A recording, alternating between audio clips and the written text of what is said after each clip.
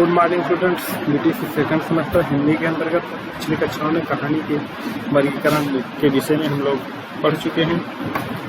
आज हम लोग अध्ययन करेंगे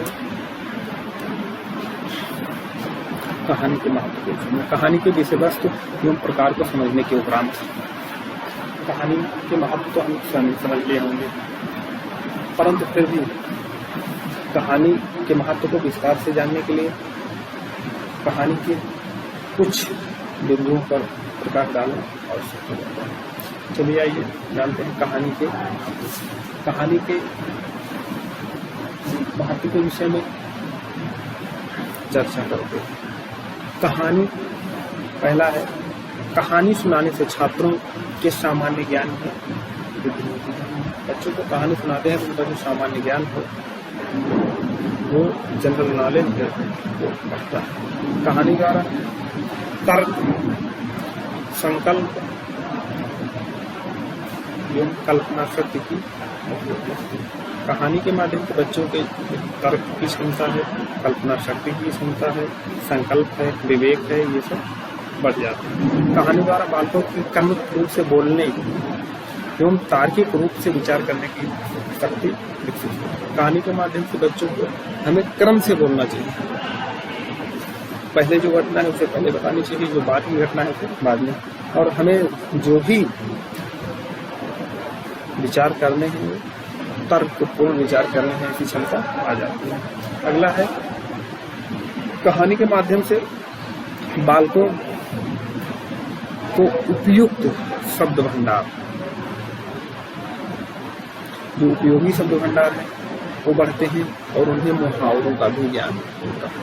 उपयुक्त शब्द भंडारों की वृद्धि होती है, शब्दों की वृद्धि होती है, शब्दावलियों की वृद्धि होती है और उन्हें मुहावरों का भी ज्ञान हो जाता है।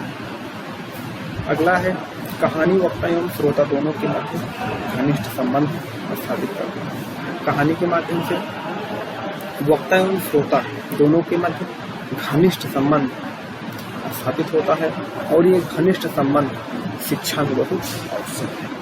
कहानी से बालकों की स्मरण शक्ति का विकास होता है। कहानी के माध्यम से बच्चे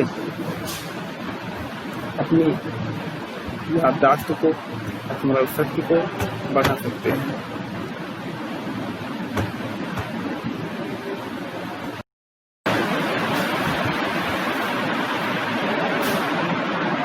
कहानी से बालकों की स्मरण शक्ति का विकास होता है। कहानी कल्पना तथा संवेगों के बीच संतुलन स्थापित करती है, संतुलन करना हमें सिखा देती है। सामाजिक विषय में कहानी का प्रयोग साधन के रूप में होता है, जबकि साहित्य में इसका प्रयोग एक साधन के रूप में होता है। कहानी उपन्यास का ही एक लघु रूप है, इसके पढ़ने में भी समय लगता है। तो ये कुछ महत्वपूर्ण बिंदु हैं जिन्हें कहानी के महत्व के रूप में जानना आवश्यक है। इसके बाद अब हम लोग आगे देखते हैं कहानी शिक्षा।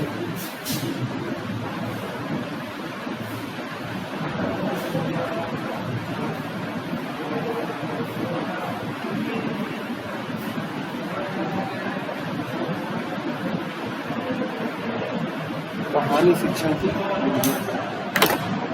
कहानी बच्चों की भाषा विकास का सशक्त माध्यम है।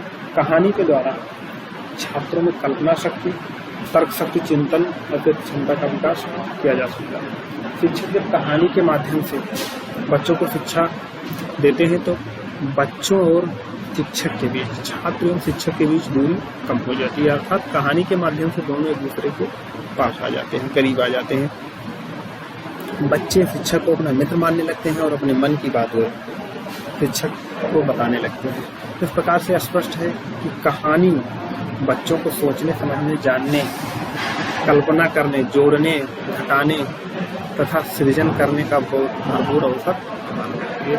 आप ये कह सकते हैं कहानी बच्चों में सोच समझ कर कार्य करने, समझने, जानने, कल्पना करने तथा जोड़ने, घटाने और सृजन करने का अवसर बच्चों को सबसे पहले कहानी से मिलता है। सभी बच्चों में सरल ढंग से गुणवत्तापूर्ण भाषा विकसित करने के लिए कहानी की निम्न विधियों को अपनाया जा सकता है।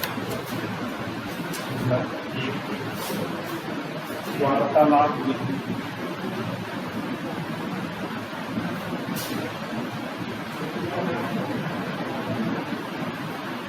नंबर 1 वार्तालाप विधि। मौखिक कार्य के लिए बालक की मौखिक कार्य के लिए बालक के विचारों की द्योतक भाषा को स्पष्ट एवं क्रमबद्ध रखने की आवश्यकता होती है। आप कोई भी मौखिक कार्य कर रहे हैं तो वहाँ सबसे पहले बालक क्या कह रहा है, क्या कहना चाह रहा है, उसका विचार क्या है, ये समझना आपको आवश्यक है। आप नहीं समझ पाएंगे तो आप उसके विषय में आगे कुछ नहीं कर सकते हैं। प्रारंभ में बालकों का पारस्परिक एवं छोटी कक्षाओं में बालकों का पारस्परिक अध्यापक एवं छात्रों के बीच वार्तालाप होना चाहिए। छात्रों को वार्तालाप के लिए प्रेरित भी करना चाहिए। वार्तालाप का विषय बालकों के ज्ञान के अनुभव के दायरे में ही होना चाहिए। अगर आप बालकों से वार्तालाप कर रहे हैं तो वार्तालाप जो है उनका ज्ञान का दायरा है, उसी के अंतर्गत होना चाहिए। बालकों के ज्ञान के वार्तालाप वार्तालाप में छात्रों से प्रश्न पूछकर उनसे उत्तर निकलवाने का प्रयास करना चाहिए।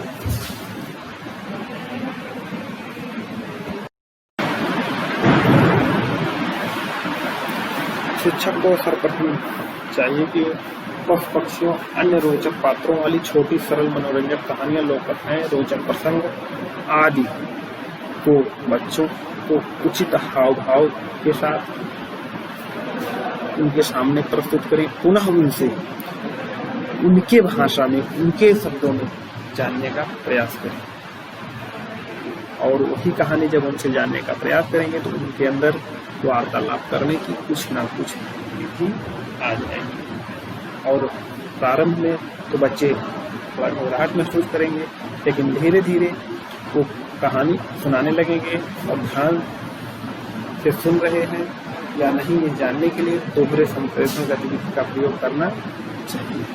जैसे बच्चे ध्यान से सुन रहे हैं या बीच बीच में उनसे कुछ प्रश्न पूछ लेना चाहिए।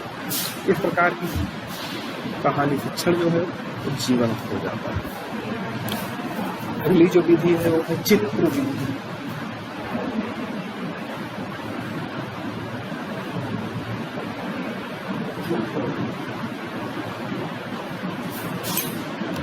इस विधि के माध्यम से बच्चों के सम्मुख कुछ चित्र प्रस्तुत किए जाते हैं। उन चित्रों को दिखाकर बच्चों से उससे संबंधित कुछ प्रश्न किए जाते हैं। चित्र विधि में चित्रों के क्रम का ध्यान रखना अत्यंत आवश्यक होता है, अन्यथा कहानी का क्रम बिगड़ सकता है। इस प्रकार बच्चों को चित्र दिखाकर उनसे उस चित्र से संबंधित कुछ वाक्य बनाने के लिए पहले कुछ शब्द लिखने के लिए कहना चाहिए, फिर कुछ वाक्य लिखना चाहिए। इस प्रकार के उदाहरण अगर छात्रों के सामने प्रस्तुत किए जाते हैं तो धीरे धीरे छात्र इस कार्य में निपुण हो जाएंगे। और इस विधि चित्र विधि का प्रयोग करने के लिए छात्रों को सबसे पहले चित्रों को दिखाना चाहिए। कहानी की घटना या पात्रों से संबंधित प्रश्न भी उनसे पूछ लेना चाहिए।